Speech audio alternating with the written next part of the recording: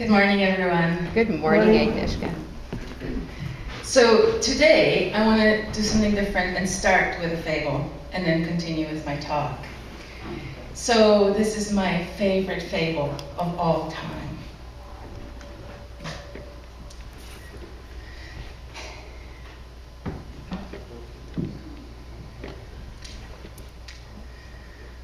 Such sorrow befell the poor widow and her 3 sons when she fell ill. They had used all the medicines in their medicine cabinet. They had used all the herbs they could think of, and she was not getting any better. The sons called the wise witch from the forest to help their mother, and she came and she examined the mother. She administered some herbs, but warned that it was only temporary relief. There is only one thing that could help the poor widow now, and that thing was the water of life. Only the water of life would help her. The water of life is far, far away, beyond the 3 forests, beyond the 3 rivers, and beyond the 3 mountains. There's a mountain whose top is continually in a circle of clouds all year round. This is the magical mountain where the water of life is. Many have tried to get it, but to her knowledge, not one person has come back so far. Not one. And this was the only option the sons had.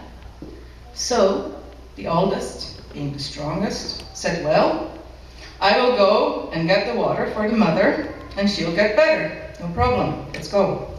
He packed a lunch, and he crossed the 3 forests. He forged the 3 rivers, and he climbed the 3 mountains.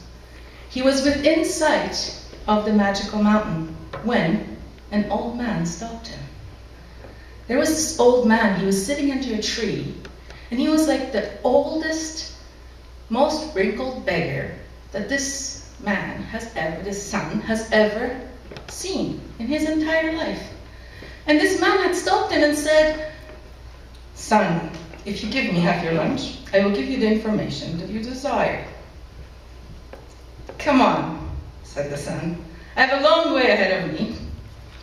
I'm going on an important mission.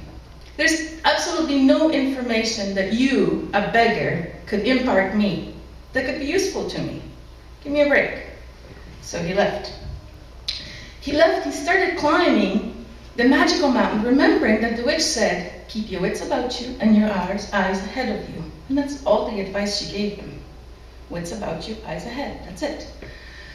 So he's climbing the mountain, and suddenly there are noises in the forest. Some of them are behind him, but he's really focused. He's going to keep his eyes ahead. Some of them beside him, but he's forging ahead. And suddenly there was an animal noise so loud that he turned her head. And when he turned his head, he turned into a statue of stone. Oh yes, he did. So a time went by. The oldest son has not come back. The second son said, okay, I will go and get the water of life for mother. He's not coming back. He probably didn't succeed. I can do this. So he crossed the 3 rivers. He crossed the 3 forests. He climbed the 3 mountains. He was just within the sight of the magical mountain when an old beggar stopped him and said, son, if you share half your lunch with me, I will give you the information you need. And he said, look, I'm a big man. I need to eat a lot. You've been sitting under that tree for about 100 years. I'm sure you can last 100 more. I don't need your advice. And he left. And the same thing happened. He was climbing the mountain. There were noises. He tried his best to ignore them. Unfortunately, there was one that was so loud and so abrupt. He turned his head, turned into a statue of stone. So the youngest son says, Mom, after a while, of course, they're not coming back. I'm going to go. And she said, son, you're all I have. I have no one else. He says, well, if I stay, all I'm going to do is watch you die. Now this youngest son, he was given to daydreaming. He was given to thinking not keeping his eyes on the task or his attention on the task at hand. He was a bit of a dreamer. The mother didn't think that he could really succeed, really, because why would a dreamer really succeed? He'd probably get lost somewhere, not pay attention. But she had no choice. She was bedridden, and he just said he's going to go, so he went. After he forged the 3 rivers, crossed the 3 forests, and climbed the 3 mountains, he also came across the beggar. And as soon as the beggar said, "Son, if you share half your lunch with me, I will give you the information you desire," the youngest son said, "Old man, you look like you could use a good meal. I'm going to sit and rest here for a while and share my meal with you. And if you have any interesting stories, I would love to hear them." And so the old man said, "Son," well, after he ate his fill, he said, "Son, I know where you're going. You're going to forge the magical mountain whose top is in a circle of clouds all year round. And you're going to fetch the water of life, aren't you?" And the young man said, "Well, yes, that's where I'm going. I have to save my mother." And the old man said, "Yes, there's something you need to know about the magical mountain. The forces that created the magic in the water have also created powerful safeguards. There's magic in the forest that will make you think that something is attacking you. It'll make you think wild animals are after you. Remember, it's all an illusion. Here, take these cotton balls, put them in your ears. Cover your ears. If you can't hear it, it can't scare you." Now, the other thing about the magical mountain is that if you turn your head at all and look behind you, you'll turn into a statue of stone. And the son said, "Oh, that's why the witch said keep your eyes ahead of you." Yes, that's why. Keep your eyes ahead of you. Never look aside. Don't listen to anything. Pay attention only to the path in front of you. So the young man did as he was told. And along the way, he saw many, many statues. As he was thinking about the old man telling him that one single drop of this water will be enough to cure someone who's already died, and remove any magical curse, So as he's thinking about these statues, because all he can do is look in front of him, and he sees all these human-shaped statues. Some are laying down, some are standing up, all different poses. And he thought, well, if I get that water of life, I'm going to uncharm all of these people too, because there would be no point in me succeeding if I couldn't help others as well. So he got to the top of the mountain, and he filled his flask. And on the way down, he sprinkled 1 drop of water on every single statue he saw. And soon, a whole crowd of people was walking down the mountain with him. So grateful to be back. So grateful to be turned back into humans from stone. One of them was a king. He offered him his youngest daughter in marriage. He said that there's no greater gift that anybody could have given him, so he could share half his kingdom with him. Wow. When he came home, there was great mourning in his village because his mother had just passed away that morning. "No problem," said the young son. He dropped 3 drops on his mother's lips, and she came back to life. And the whole family was together again. So that's the fable. Now, the youngest son in this fable that I just told you, he was inviting mystery into his life. He didn't think in traditional terms, this is good, this is bad. He just thought, oh, what a curious thing. Let's check that out.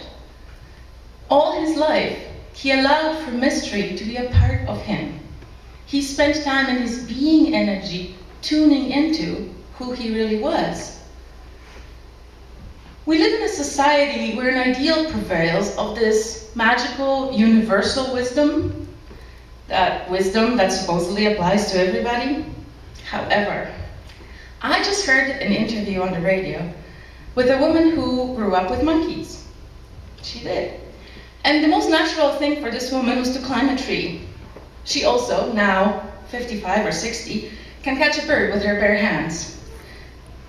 I'm not big on climbing trees, and I've never caught a bird with my bare hands. I wouldn't even know how to do this. Well, unless it's my bird, but that doesn't count. And so for this woman, the most natural thing to do is to climb a tree. For me, the most natural thing is to swim.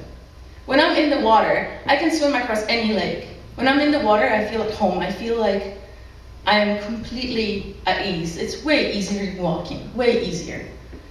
And if you thought about using the same kind of wisdom applied to me and this woman who grew up with monkeys, now how would you even go about doing that?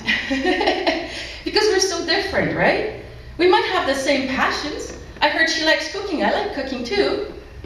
But does that make us the same? Not really. I'll give you another example. Say 4 friends go out for dinner and they want a soup, and each one of them orders a different kind of soup. Well, this one doesn't like mushrooms and this one doesn't like tomatoes.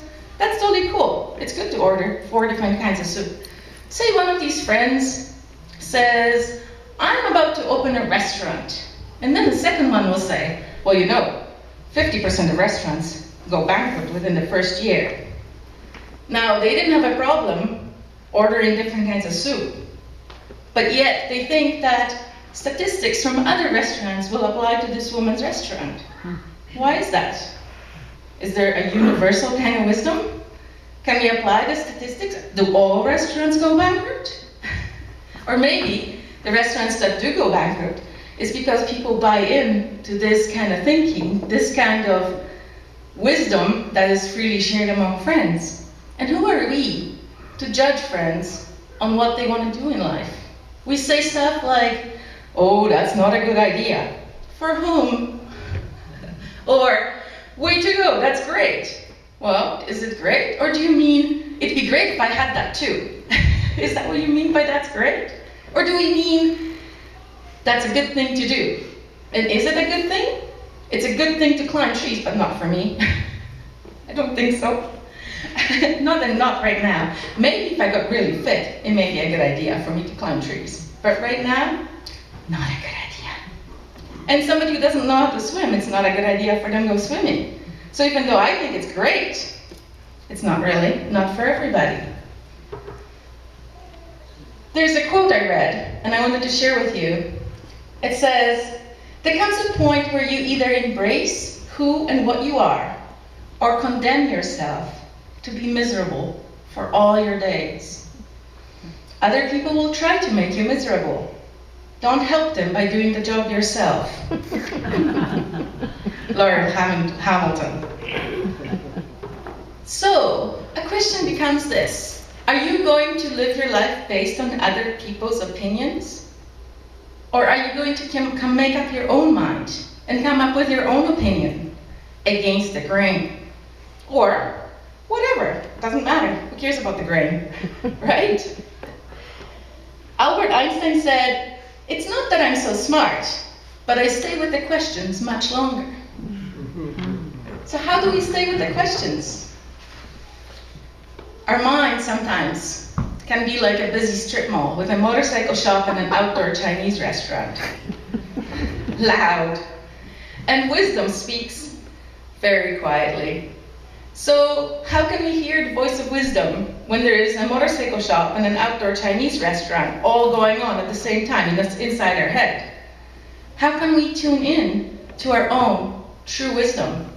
The wisdom that doesn't quote statistics, but quotes our own abilities, our own potential. That's the only place where you can find out about your potential, is within you, right?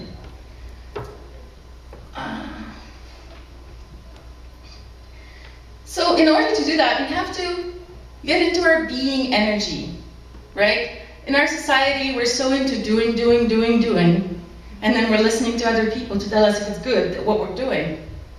But what about the being energy? In the statement we learned in coaching school, be, do, have, be comes first. That always puzzled me. How can be come first? Do I have to be and then I have to do? How do I be? I used to do. Now I've learned how to be. I can be just sitting and staring at the floor. It doesn't matter. It doesn't matter what you do when you be. You don't have to, okay, I have to breathe 30 times in a specific way, and then I have to tap my left hand on my forehead 3 times. You know what? If that works for you, great, but it doesn't matter. As long as you tune into the being energy, that's all that matters. Our speaker from next week has sent me this cool quote that I wanted to share with you. John Griffiths. His talk actually kind of follows mine. It's kind of cool how we got that going this month. And so he sent me this quote, and it says, "Within each of us, there is a silence as vast as the universe. We are afraid of it, and yet we long for it. When we experience that silence, we remember who we are, creatures of the stars, created from the birth of galaxies, created from the cooling of this planet, created from dust and gas, created from the elements, created from time and space, and created from silence. Silence is the source of all that exists, the unfathomable stillness where vibration began, the first oscillation, the first word. The first word from which life emerged. Silence is our deepest nature, our home, our common ground, our peace. Silence reveals, silence heals. Silence is where God dwells. We yearn to be there." This is from a book called Inviting Silence by Gunilla Norris. So how can we invite more silence into our lives? Now I have one last quote for you before I finish my talk, and this one is a fun one, very much in line with my spirit. So, there's a question. If you could take a pill, a daily pill, that would profoundly speed up the manifestation of all your dreams, would you take it without fail? Just one pill. No side effects, Bob. No side effects. None. It's just a pill. Would you take it? Do you guys think you'd take it? You wouldn't take it? You should take it. What if it was a big ugly pill? It took 5 minutes to dissolve on your tongue and tasted like medicine. Would you still do it? Nah. But it would fulfill all your dreams, all of them, every single one of them. What if, when you were taking that pill, you couldn't watch TV? What if you had to sit in a corner and not watch TV, but all your dreams guaranteed? Would you take it? Guaranteed. Money back. Would you take it? Now, what if you could skip the pill, but set aside 5 minutes every day where you couldn't watch TV and sat in silence for 5 minutes? You don't have to taste medicine. It's all good. You don't even have to imagine tasting medicine. All you can do, all you would need to do, is to sit in silence for 5 minutes every single day. Does that sound like too hard? Does that sound hard? All your dreams, everything you ever wanted? See, what happens is you can tune into that silence within you. My problem though is I can tune into it on Monday and then I'll not tune into it for 7 more days. And then I'll be like, oh yeah, there was that silence thing I was doing. That was good. So let's all think about spending 5 minutes every day, enjoying our own selves and tuning into our wisdom. And there's no statistics in your head. Well, within your wisdom, there's lots of statistics in your head, but within your deepest wisdom, you'll not find any criticism. And if you do, it's your ego speaking. Ignore that. And that's it. Thank you very much.